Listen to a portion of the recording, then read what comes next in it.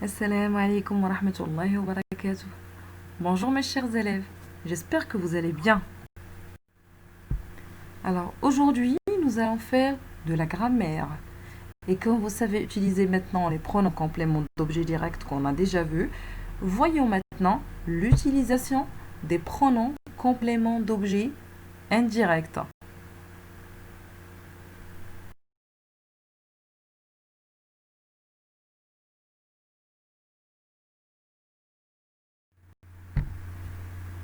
Alors et comme toujours, avant de commencer notre petite leçon, on fait un petit rappel. Alors, quels sont les pronoms personnels qui peuvent être un complément d'objet direct? Alors, les pronoms compléments d'objet direct sont au singulier, on a me et m apostrophe pour la première personne du singulier, te et t apostrophe pour la deuxième personne du singulier, et le, la et l apostrophe pour la troisième personne du singulier. Alors, au pluriel, nous avons nous pour la première personne du pluriel, vous pour la deuxième personne du pluriel et les pour la troisième personne du pluriel. Alors, tu peux donner des exemples. Nos parents nous protègent. Nos parents nous protègent. Deuxième exemple, prends ces légumes et épluche-les. La première phrase, on a nous. C'est un pronom personnel complément d'objet direct. Deuxième phrase, prends ces légumes et épluche-les. On a les. C'est un pronom personnel complément d'objet direct qui remplace les légumes. Je peux dire et laisser la répétition, prends ces légumes et épluche les légumes. Et puisque ici j'ai le verbe éplucher à l'impératif, je vais mettre le pronom après le verbe. Passons maintenant à la rubrique j'observe et j'élabore. Première phrase, la phrase A. Mademoiselle Carnac est venue une fois à la ferme. Monsieur Rocagel ne lui permet pas de venir une autre fois. Phrase B. Marion, mon enfant, tu dois m'obéir, dit monsieur Rocagel à sa fille. Phrase C.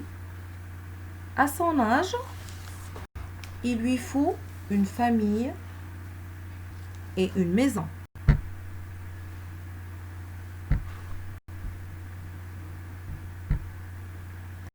Alors, où est placé chaque petit mot surligné par rapport au verbe?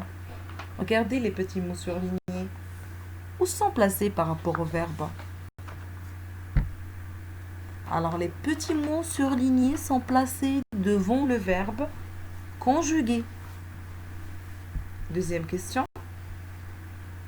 Quel nom remplace le mot lui dans la phrase A et le M apostrophe dans la phrase B? Regardez. Alors, dans la phrase A, lui remplace Mademoiselle Carnac. Je peux dire Mademoiselle Carnac est venue une fois à la ferme. Monsieur Rocagel ne permet pas à Mademoiselle Carnac de venir une autre fois à la ferme. Et dans la phrase B, M apostrophe remplace Monsieur Rocagel qui parle ici. Alors, Marion, mon enfant, tu dois obéir à moi. Alors, à moi ici est remplacé par le M apostrophe.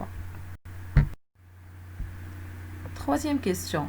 Dans la phrase C, remplace lui par le nom propre qu'il remplace et refait la phrase. À son âge, il lui faut une famille et une maison. Alors lui, ici remplace Marion.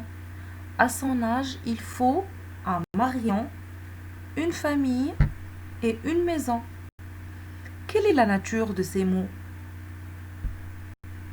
Ces petits mots qui remplacent des noms sont des pronoms. Et quelles questions pose-t-on pour trouver leur fonction?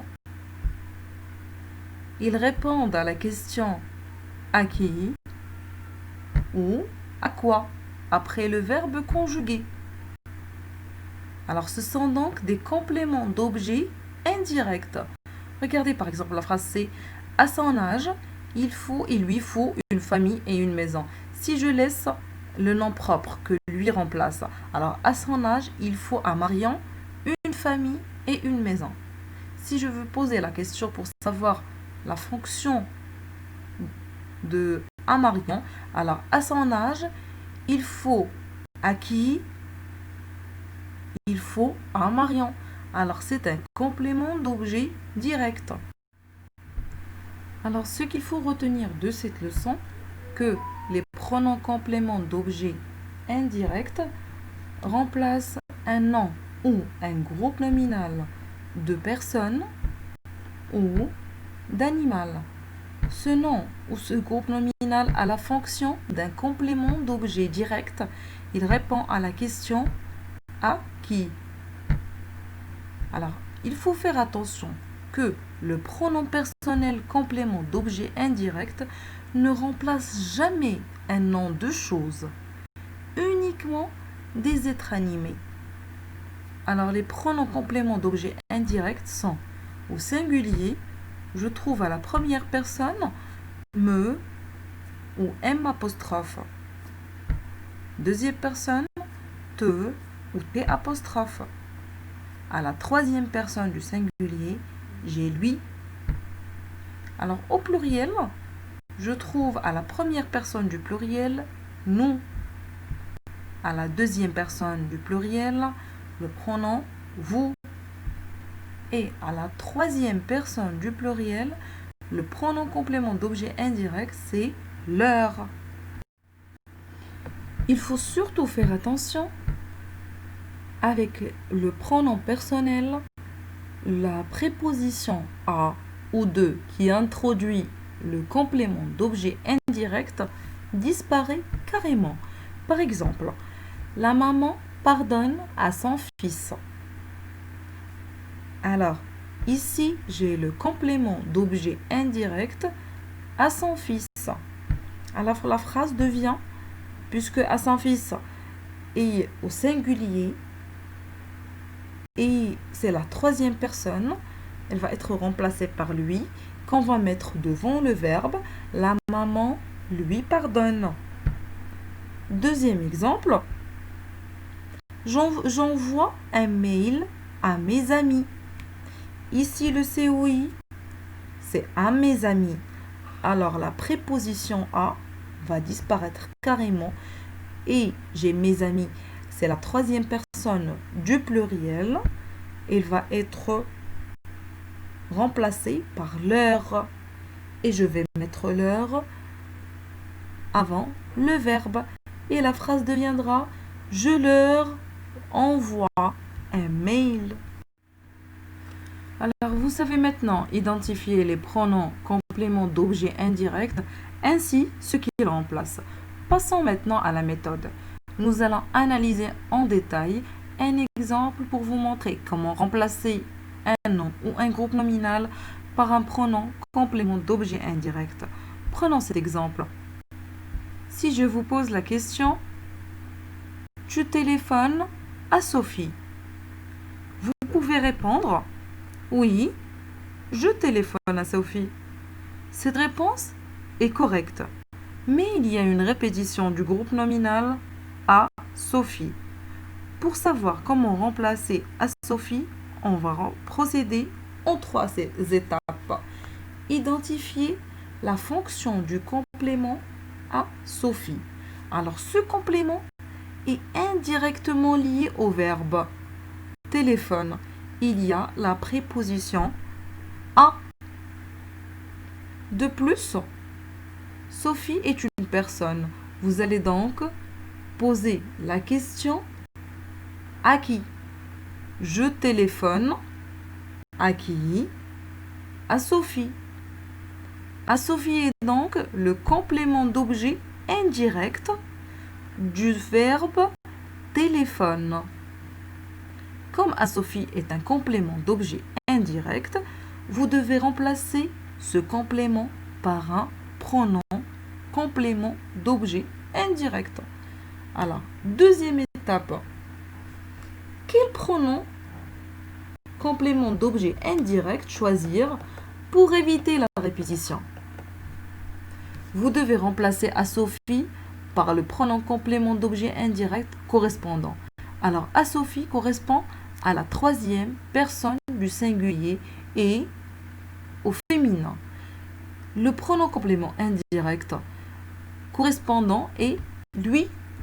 Vous pouvez monter au schéma en haut à la présentation. Vous allez voir. Vous allez donc remplacer Sophie par le pronom lui. C'est bon. On a fait la deuxième étape. On a trouvé le pronom correspondant. Maintenant, la troisième étape. Où placer ce pronom dans notre réponse? Là encore, il n'y a pas d'infinitif et le verbe n'est pas un impératif affirmatif. On place donc le pronom lui avant le verbe conjugué. Cela donne donc oui, je lui téléphone. Notre leçon d'aujourd'hui est terminée, mes enfants. Merci pour votre attention. Je vous dis au revoir et à bientôt.